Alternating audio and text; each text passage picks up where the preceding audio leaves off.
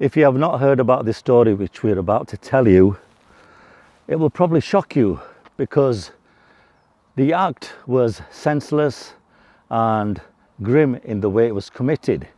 It's about a 38-year-old woman who was murdered, and in my opinion it's probably one of the Bradford's 1970s murder that was brushed under the carpet or forgotten about.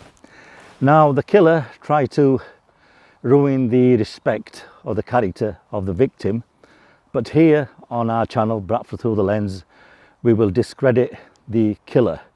And as usual, these type of subjects are treated with respect, sensitivity, and all the information is in the public domain. Today we're in the Woodside estate in Bradford, just south of the city, on Lingdale Road.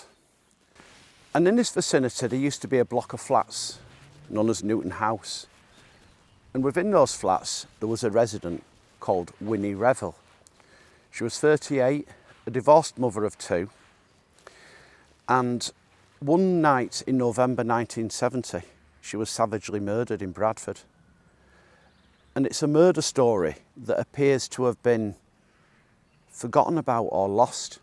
So what we're going to do in this video blog is we're going to recall the events of that night, which started down on Manchester Road. By all accounts, Winnie was quite an unassuming person. She was described as being quiet, old-fashioned, a little bit lonely perhaps. She was also described as the sort of lady that would do anything for anybody by her neighbours. She was fond of live music. She liked to go to dance halls, and occasionally she'd take her 2 children to the Low-Moor Club. She always drank halves of bitter, but she'd never have more than 5. She wasn't the sort of person you'd see staggering out of a pub. Back in the day, these premises, which are now owned by a solicitor's firm, was once a pub called the Lister's Arms, and it was here on the evening of Sunday, November the 15th, 1970, that Winnie Revill left her home in Woodside and she came here for a Sunday night drink. Jack Reed was the landlord of the Lister's Arms in November 1970. He said Winnie had arrived alone at 8 p.m. that night and had left at closing time. He hadn't noticed if she was leaving with anyone, but he described her as being someone who liked to have a good chat and that she regularly frequented the premises on a Wednesday, Friday, Saturday and Sunday night. Jack said this to the T&A: Winnie always had her own seat in the corner of the music room and she never made any trouble. I'm now stood in the middle of Manchester Road on the bus lane, but here, on this very spot back in 1970, was the site of a railway embankment for the Manchester Road station, which was once situated behind me. We're on Ripley Street, and behind me you'll be able to make out the former site of the railway embankment. And there was actually a block of flats here. There were people in the flats gazing over that way, so we're talking the Monday, and they thought they could see a mannequin on the side of the railway, but it was actually a dead body, but they never actually reported it. And it was only the following morning when somebody made the grim discovery. It was a railway workman that had encountered the remains of a dead woman on the wasteland that Tuesday morning. It was Winnie Revill. Her corpse had been lying there for over 36 hours. Following the horrific discovery, the workman ran to the now demolished wagon and horses pub to phone the police. Within minutes, detectives declared the embankment to be a crime scene, and police dogs were on the hunt for clues. If you were to look at old archive photographs of this area, especially back in 1970, it really was a grim, desolate place and a horrible place to be murdered and for your body to be dumped at. It was a dumping ground. Children did used to play here as well, which makes the murder site and discovery place even more sinister. Neighbours in the area were asked had they heard anything untoward, but they said it was the sort of place where if you heard a scream, you thought nothing of it. But the sad fact is that Winnie Revill's body was discovered here in a state of undress, and for a day or so it was a bit of a mystery as to how she ended up here and why.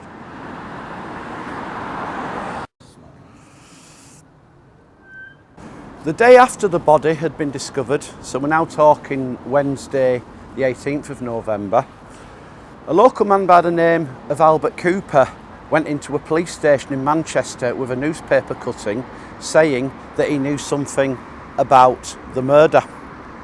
He'd been to visit a brother in the Glossop area and he'd confessed to him that he'd strangled a woman a few days previously, and his brother told him to go to the police.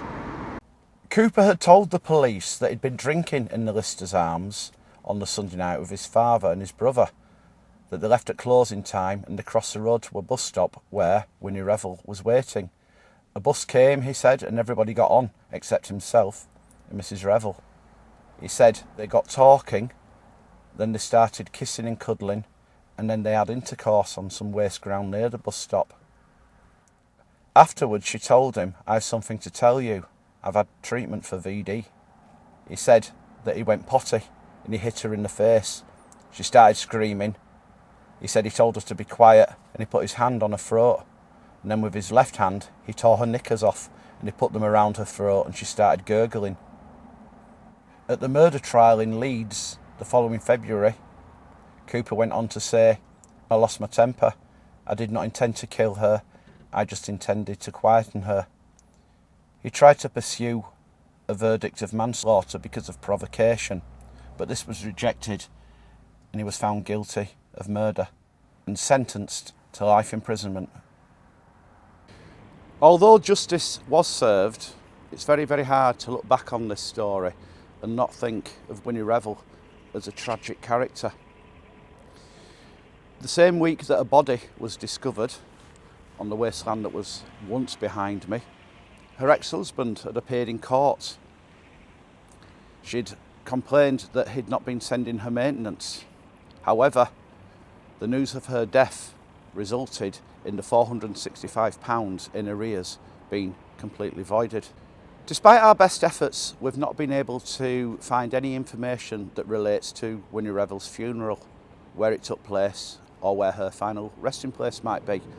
And we've looked in burial records, church registers, we've even looked in the Telegraph and Argus death notices, but there's nothing.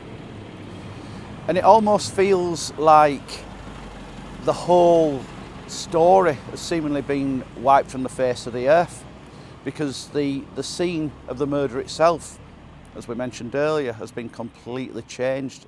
Only Albert Cooper and Winnie Revill will know exactly what happened on that Sunday night in November 1970.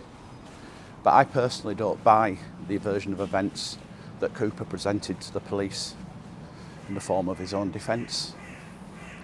I think his provocation angle was a ruse to escape a murder charge. And I think it's more than likely that Cooper had actually begun assaulting Winnie Revill sexually, and she said that she'd been receiving treatment for a disease simply to try and stop him. I don't think that she did. But nonetheless, he carried on and then he silenced her. And what a tawdry, unfortunate and sad end for an innocent woman. We're unable to pay our respects at a graveside, but we'll do so in this video. And we hope that you're resting in peace, Winnie Revill.